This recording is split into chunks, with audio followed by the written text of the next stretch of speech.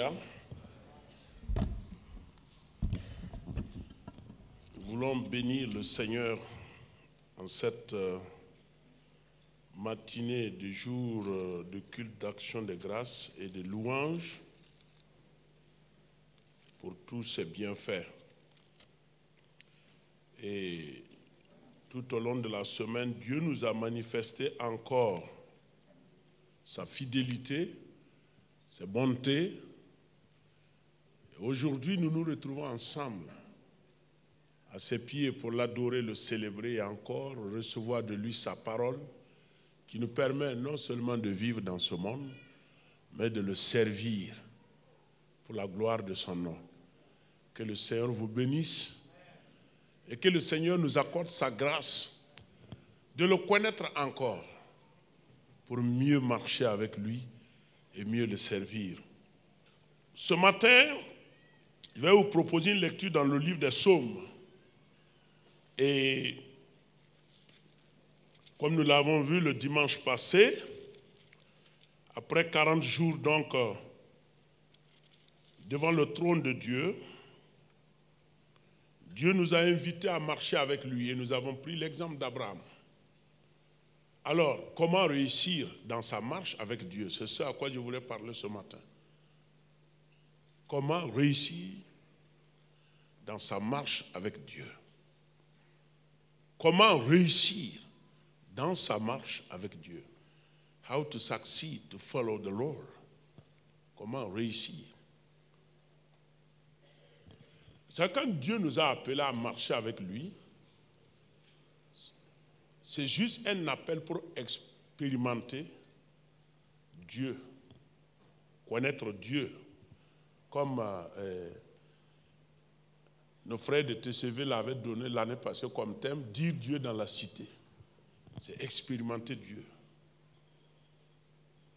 Dieu nous appelle, non pas seulement à une foi hésitante, mais à connaître Dieu en réalité. Et ce matin, quand nous lisons le psaume 119, nous aurons 3 points essentiels. Le psaume 119, le verset 97 et au verset 5. Si la cabine peut nous projeter ce texte de Louis II, le psaume 119 à partir du verset 97. Et là, il nous dit combien j'aime ta loi. Elle est tout le jour l'objet de ma méditation. Tes commandements me rendent plus sage que mes ennemis, car je les ai toujours avec moi. Je suis plus instruit que tous mes maîtres, car tes préceptes sont l'objet de ma méditation. J'ai plus d'intelligence que les vieillards, car j'observe tes ordonnances. Je retiens mon pied loin de tout mauvais chemin, afin de garder ta parole. Je ne m'écarte pas de tes lois, car c'est toi qui m'enseignes. Que tes paroles sont douces à mon palais plus que le miel à ma bouche.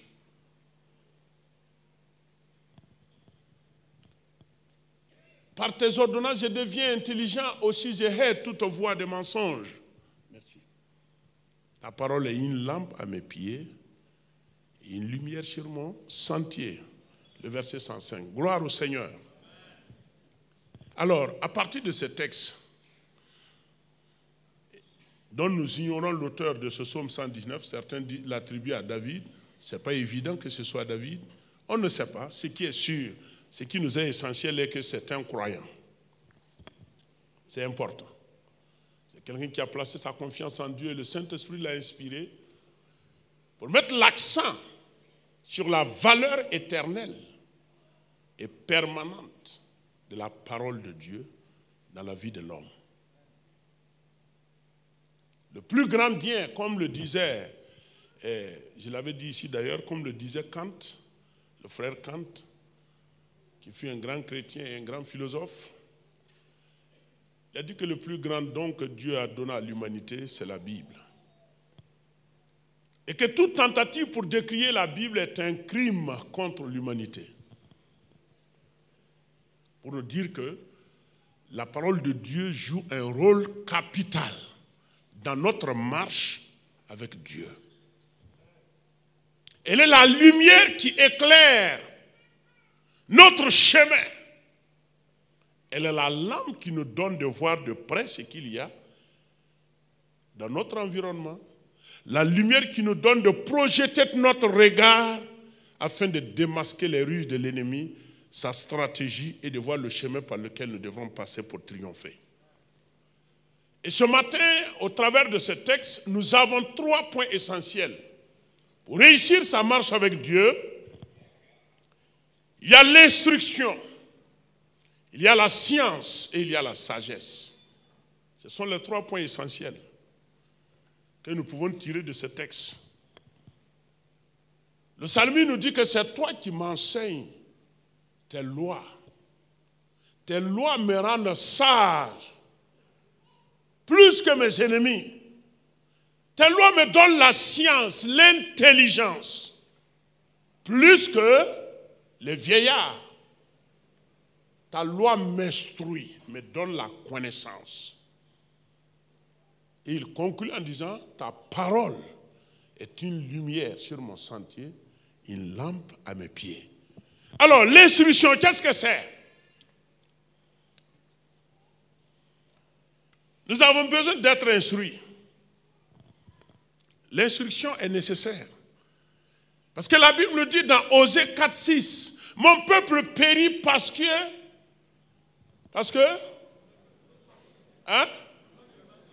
par manque de connaissance, mon peuple périt.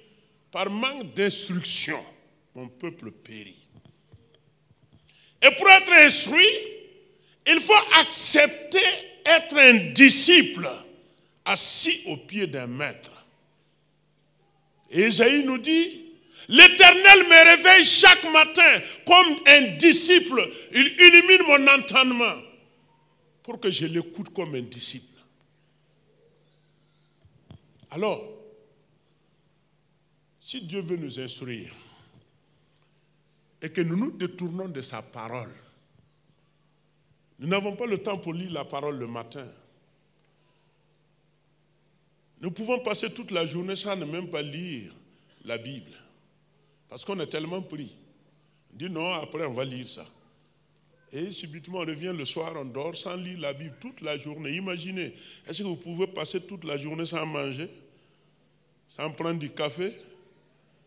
Il y a d'autres, quand ils se réveillent le matin, la première des choses, c'est le café qu'ils usent pour laver leur figure.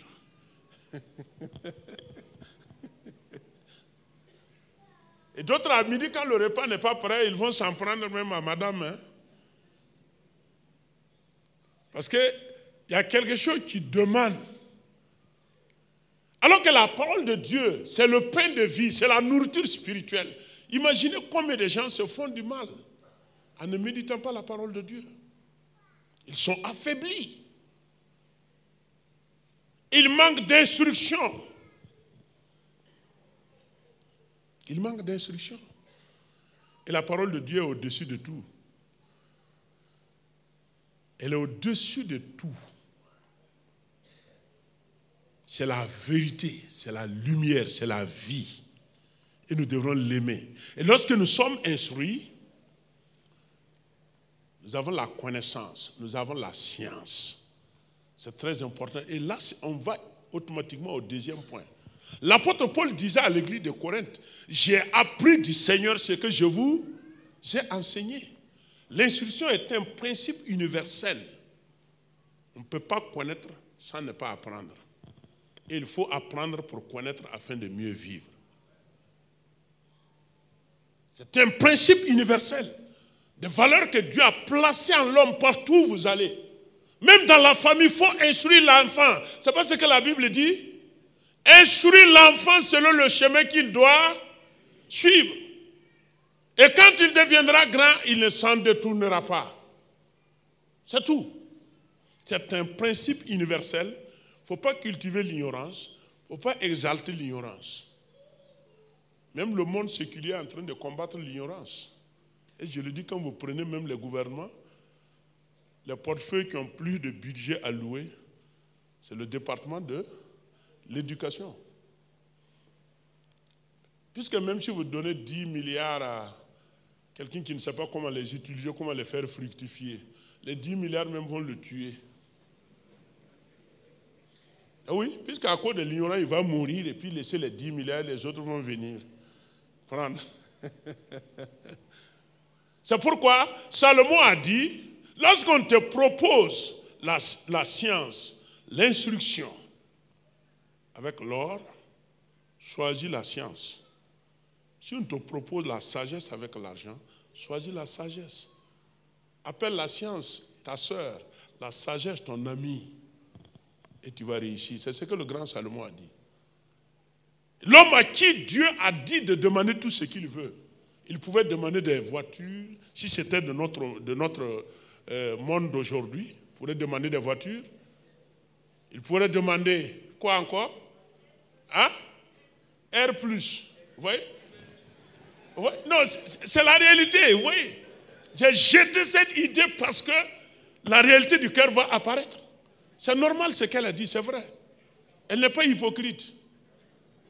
Va demander des R+. Et peut-être que moi-même, je vais demander un avion. Ah oui.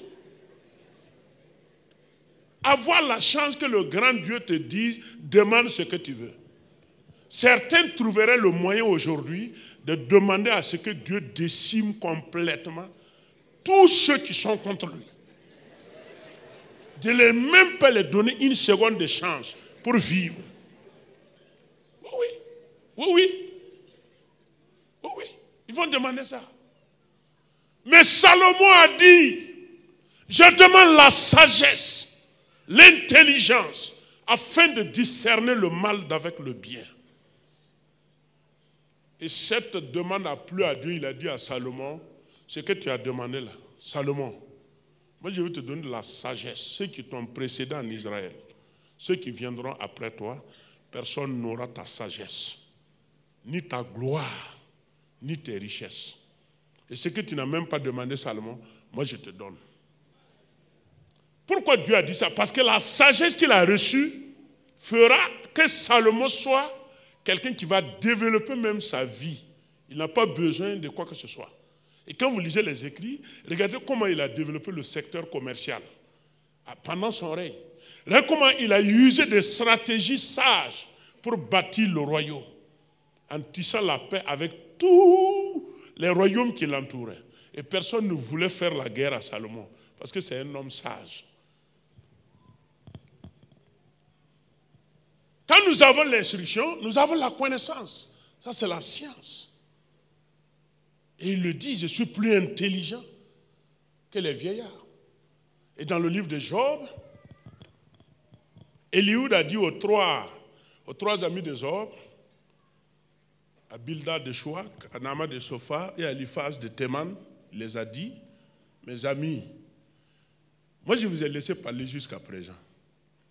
Parce que pour moi, je m'étais dit que vous êtes des doyens.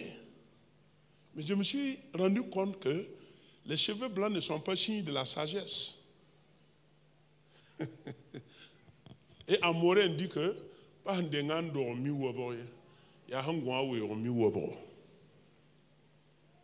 se recoupe. Et Eliud ajoute en dit que si tu connais le Dieu très haut, tu es intelligent.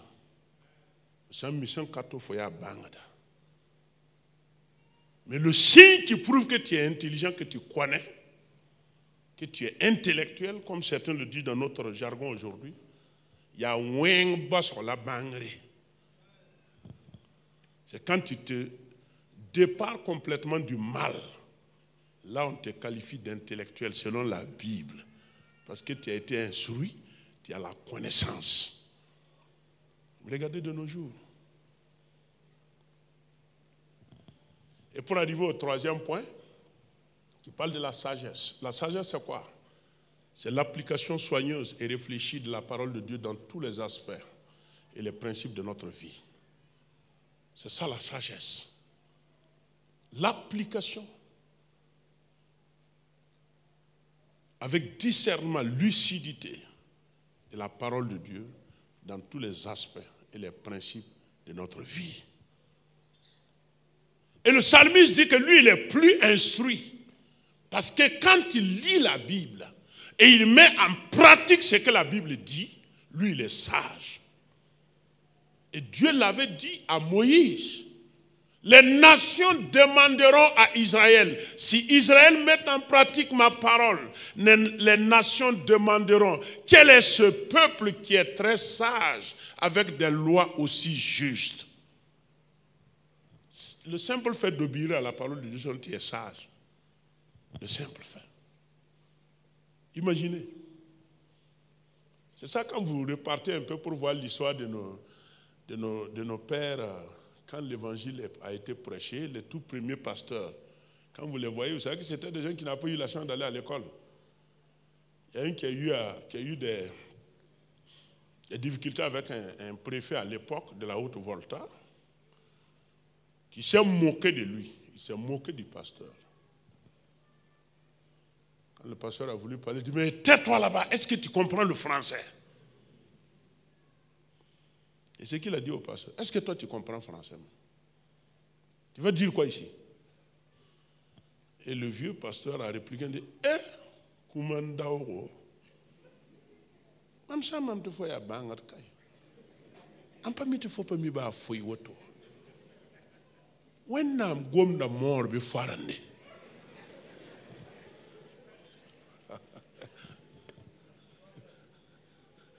Oui, il a dit, mais je suis troublé, mon préfet. Puisqu'on les appelait commandants de cercle, garde-cercle et consorts. Du commandant, mais Dieu parle-t-il en français ou en moré? Et il a dit, nous on a prié.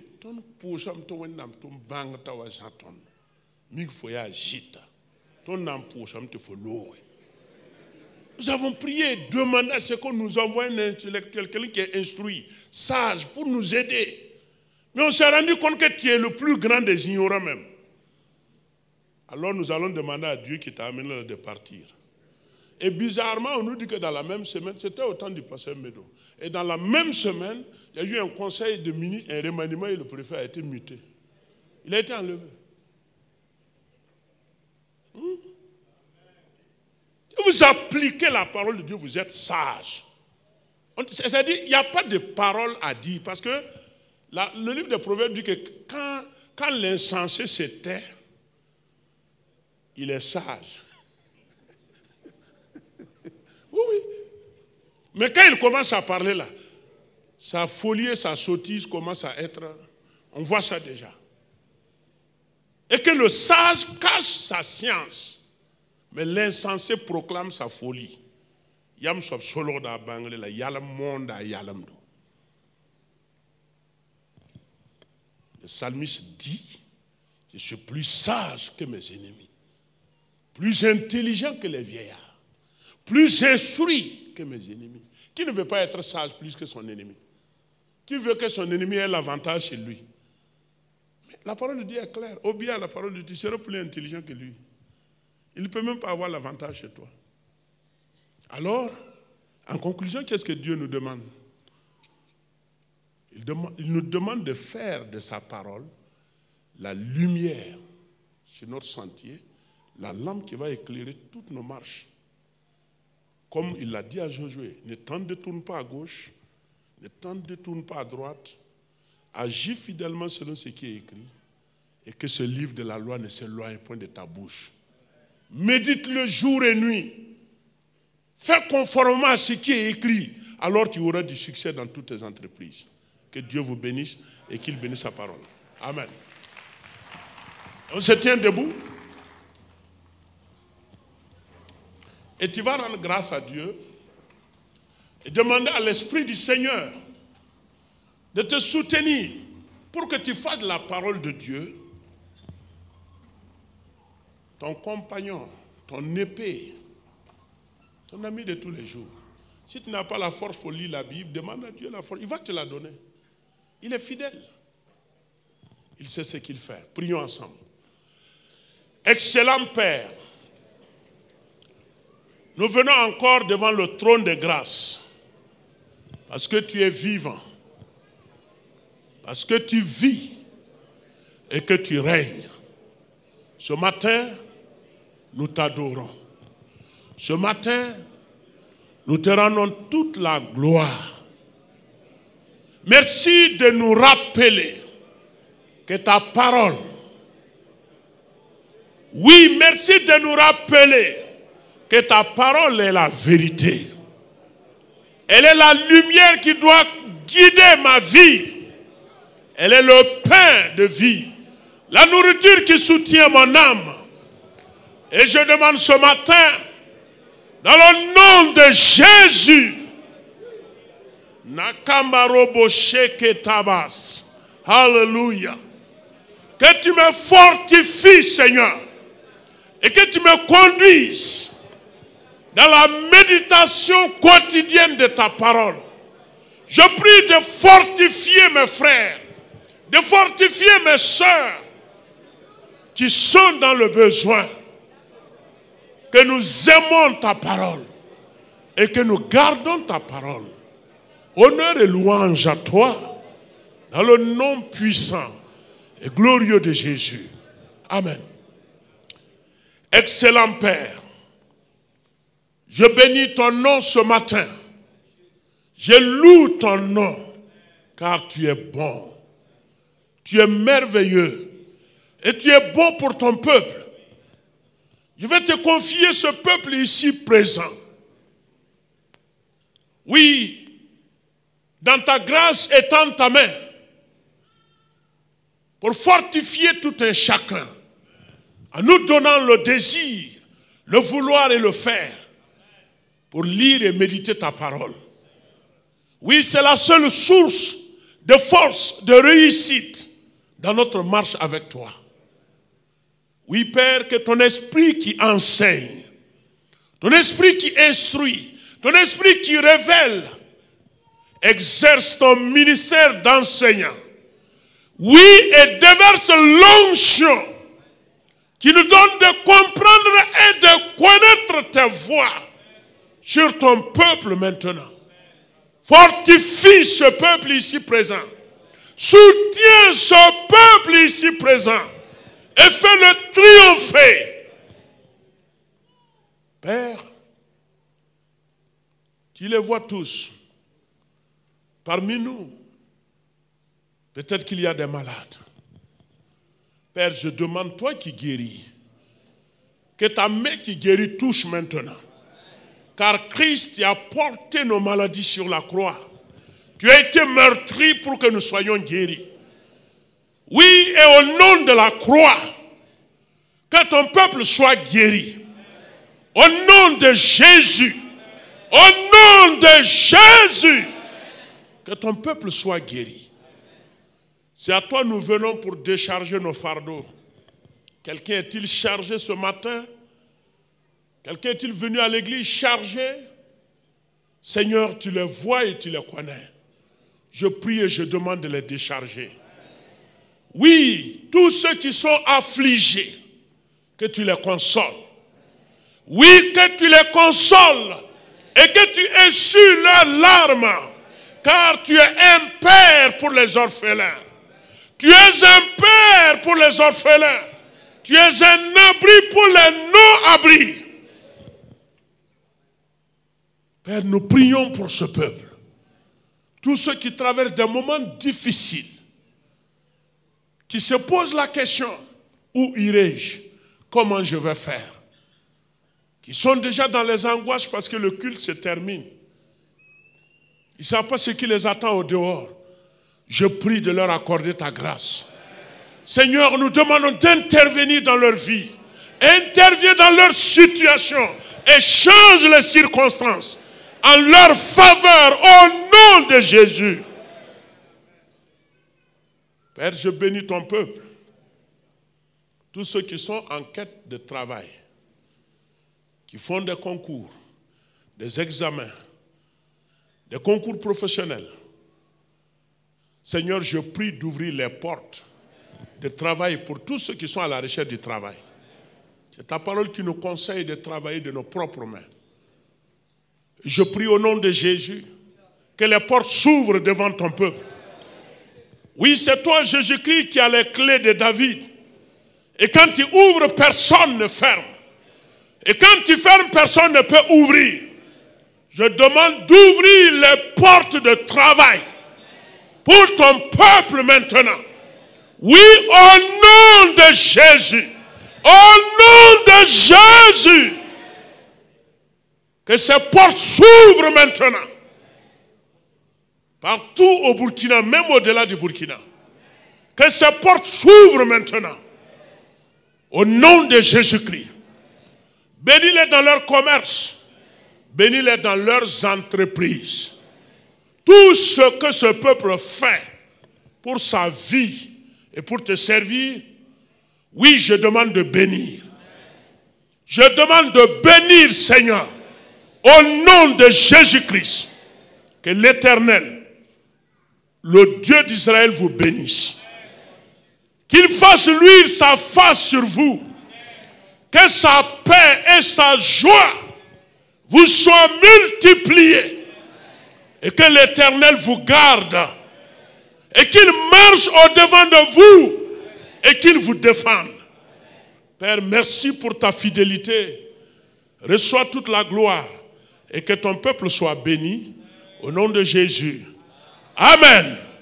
Soyez bénis. Que Dieu vous bénisse. Que Dieu vous bénisse. Que Dieu vous bénisse.